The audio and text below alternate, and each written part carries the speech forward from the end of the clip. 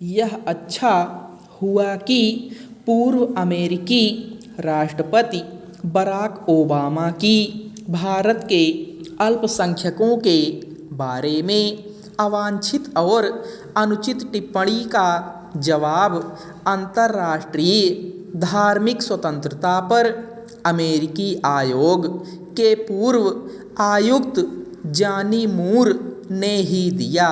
उन्होंने ओबामा को यह सही नसीहत दी कि उन्हें भारत की आलोचना करने के बजाय उसकी प्रशंसा करनी चाहिए, क्योंकि वह मानव इतिहास में सबसे अधिक विविधतापूर्ण देश है।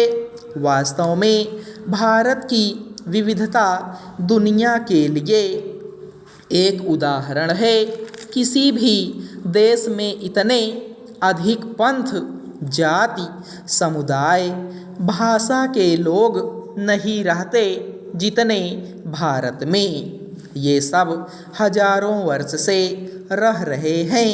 वास्तव में भारत दुनिया में अपनी अनोखी विविधता के लिए ही जाना जाता है। यह मानने के अच्छे भले कारण हैं कि प्रधानमंत्री नरेंद्र मोदी की अमेरिका में उपस्थिति के समय बराक ओबामा ने भारतीय मुसलमानों के बारे में जो वक्तव्य दिया वह प्रायोजित था।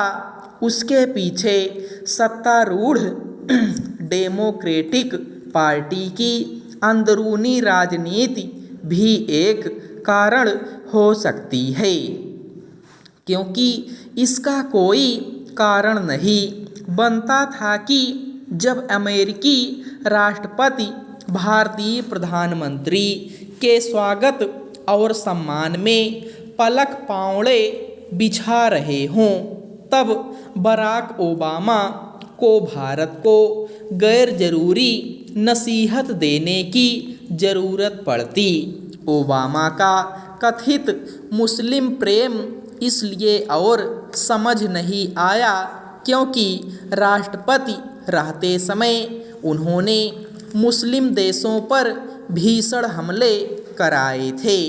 ये हमले नितांत अवांछित थे और इसी कारण अनेक लोग उन्हें युद्ध अपराधी कहते हैं।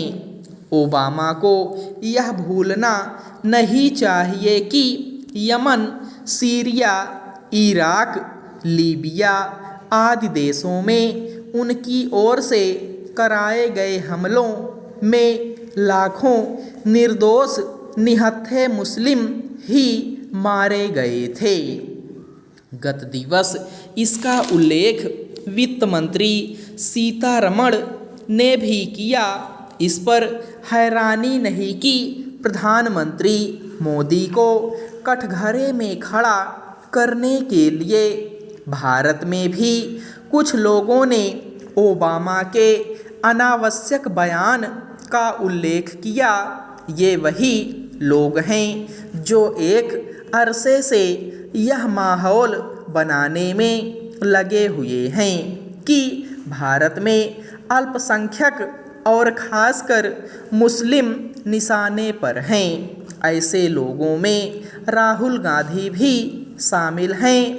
ऐसे लोग जाने अनजाने उन भारत विरोधी अंतर्राष्ट्रीय ताकतों के हाथों में खेलने का ही काम कर रहे हैं, जो संकीर्ण राजनीतिक कारणों से भारत को बदनाम करने का अभियान छेड़े हुए हैं।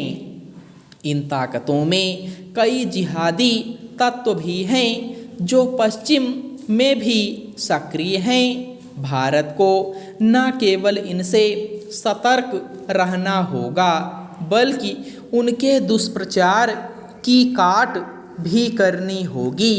यह इसलिए आवश्यक है क्योंकि तथ्य यह है कि पिछले 9 वर्षों में सबका साथ सबका विकास एजेंडे के तहत अल्पसंख्यक जितना अधिक लाभान्वित हुए हैं वह एक मिसाल है। चूँकि अल्पसंख्यकों में सबसे अधिक मुस्लिम हैं, इसलिए सरकार की विभिन्न कल्याणकारी योजनाओं का सबसे अधिक लाभ भी उन्हें मिला है। इसकी गवाही विभिन्न आंकड़े भी देते हैं। इनकी अनदेखी करना जानबूझकर सच से मुंह मोड़ना है।